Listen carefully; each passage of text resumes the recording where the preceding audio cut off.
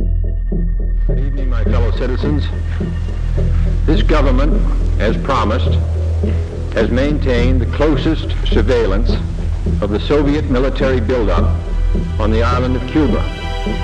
Within the past week, unmistakable evidence has established the fact that a series of offensive missile sites is now in preparation on that imprisoned island. The purpose of these bases can be none other than to provide a nuclear strike capability against the Western Hemisphere.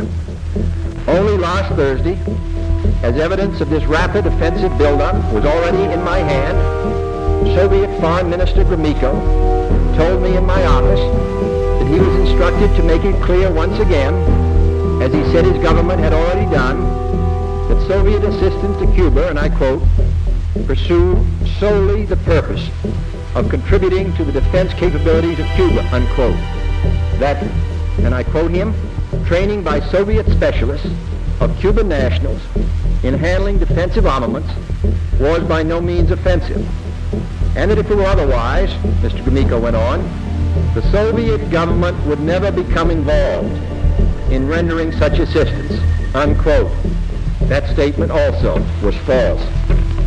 Acting therefore in the defense of our own security and of the entire Western Hemisphere, and under the authority entrusted to me by the Constitution, as endorsed by the resolution of the Congress, I have directed that the following initial steps be taken immediately.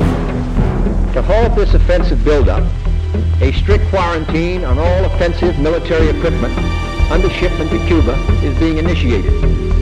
All ships of any kind bound for Cuba, from whatever nation or port, will, if found to contain cargoes of offensive weapons, be turned back. It shall be the policy of this nation to regard any nuclear missile launched from Cuba against any nation in the Western Hemisphere as an attack by the Soviet Union on the United States, requiring a full retaliatory response upon the Soviet Union. I call upon Chairman Khrushchev to halt and eliminate this clandestine, reckless, and provocative threat to world peace and to stable relations between our two nations.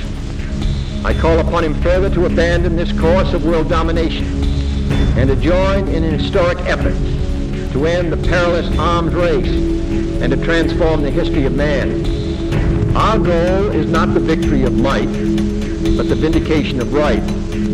Not peace at the expense of freedom, but both peace and freedom here in this hemisphere, and we hope around the world.